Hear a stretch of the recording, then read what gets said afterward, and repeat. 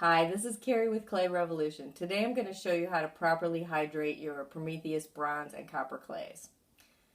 You're going to need to have a few things with you today to do this. Obviously, you'll need some Prometheus Copper and Bronze.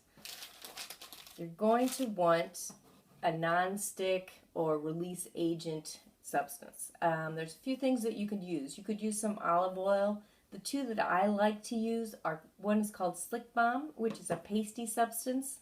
The other is called Hattie's No Stick, and that one is a very liquidy substance. I like to use each one of those for varying things. Going to want a mister bottle for some water, a clay roller for rolling your clay. I just use PVC pipe. I find it works fantastic and it doesn't cost anything. A clay scraper, a good jar for keeping your clay in afterwards. That part's important. I do find that if you can find a jar that has a nice tight seal on it, your clay will not dry out as fast. I found these at the local craft store in the paint section, and I think they work absolutely wonderfully. And the last thing would be a very stiff work surface to work on. You're going to be pushing the clay very hard when you're doing this. So I find if you use the thin non-stick kind of surfaces, you may crinkle them and ruin them. So I like to use a nice hard work surface to do this. So if you've got everything prepared, we're ready to condition our clay. So the first one that we're going to do is our bronze clay. I'm going to put my copper aside. First, we're going to use the release agents on everything that's going to touch the clay. That way we can make sure it doesn't stick.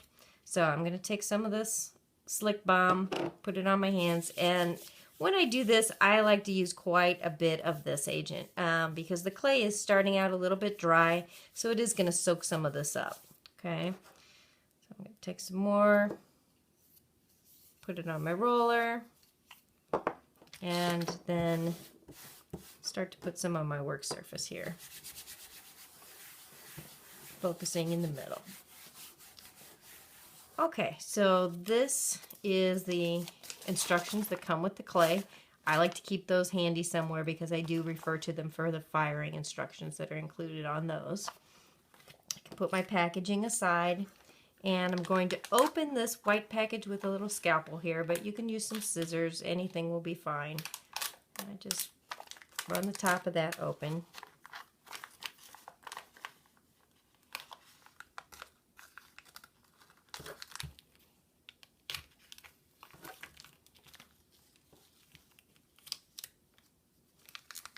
Like so. And that is our bronze clay. I can go back and get this other clay out of here if I want to, but I'm not going to waste your time doing that in the video. So I'm just going to do about half of this at a time. I'm going to take half of the clay, put it in my clay jar,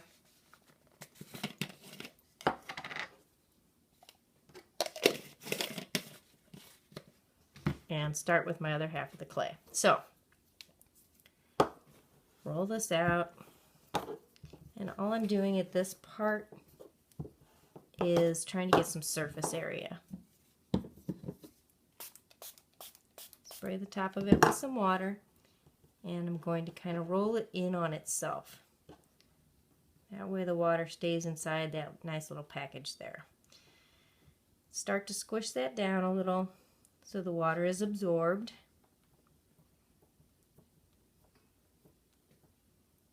And when you can feel it kind of mushed in there and it's not too watery,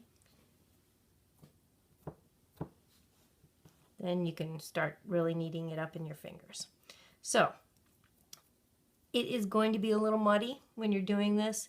You can do this inside of a plastic bag or something else if you'd like to. I kind of like having my hands in this clay, so I do kind of enjoy having it out like this. I can feel the consistency a little bit better then. So basically what I'm doing is kneading and folding and kneading and folding, and when it feels consistent, that's when I'm going to stop. I'm going to decide if it's the right consistency or not. It should be really nice and squishy, not have any cracking or anything like that in there. Okay, this is pretty good, so I'm going to put this one back in, get the other one out, finish this one up. You can see how the surface of this is a little dry, right?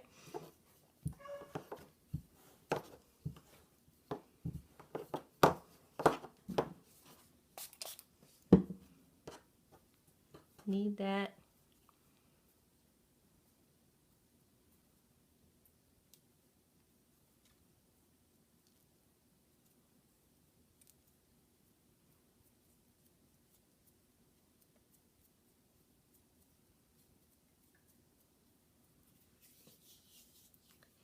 And when I think I have the consistency just right, I'm going to put that away.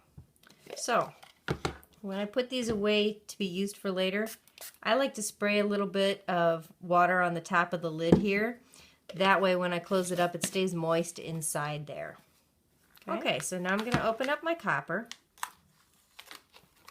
Again, the same way. All I'm doing is just cutting into this package.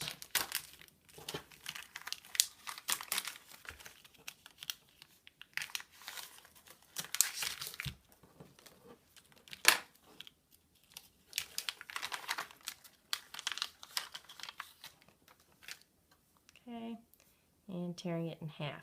Now something that you notice immediately, the copper seems much drier.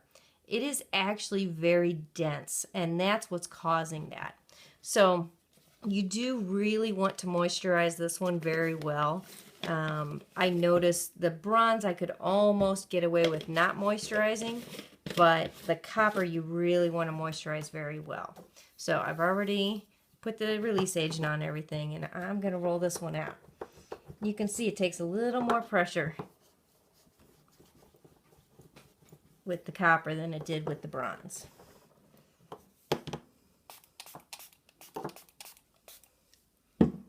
Okay, rolling that in.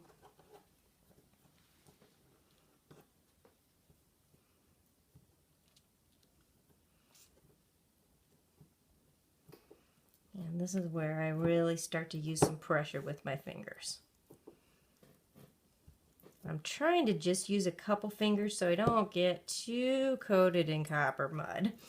But this is where, if you get very comfortable with doing this, you can do this with a little plastic bag, but you do want to check very frequently to see what that consistency is inside the bag. Okay.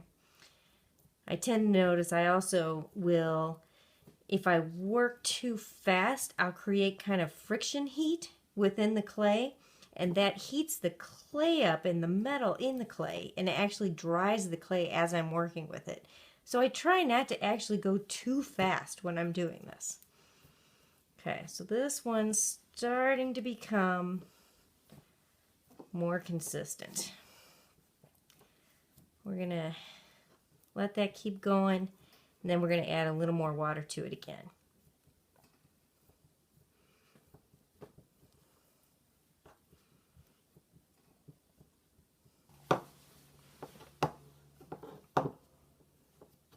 Okay, so I've got this pretty nice. I'm pretty happy with it. I did add a little bit of the Hattie's No Stick, and I did keep my hands quite lubricated and the surface quite lubricated. As you can see, the copper does, the denseness of the copper does really dry out a little faster than the bronze does, but once you get that nice consistency in there, it will stay in there pretty well for you. Okay, so what I like to do is, if you get it thin, you can see it a little better. See how nice and shiny that is? In that state, that's when it's fantastic for sculpting and rolling and folding like this. Okay? So, after you do that, again, just put it in your jar, let that go, and it should last about a week or so if you leave a little bit of water like this. It should last pretty long before you have to go back in and rehydrate it like that. But I tend to use up as much of that as I can use while I'm working so that I don't have to make this mess. So now that you've finished your clay, you're ready to make your first project. Make sure to check out the free tutorials on clayrevolution.com, and thank you for joining us today.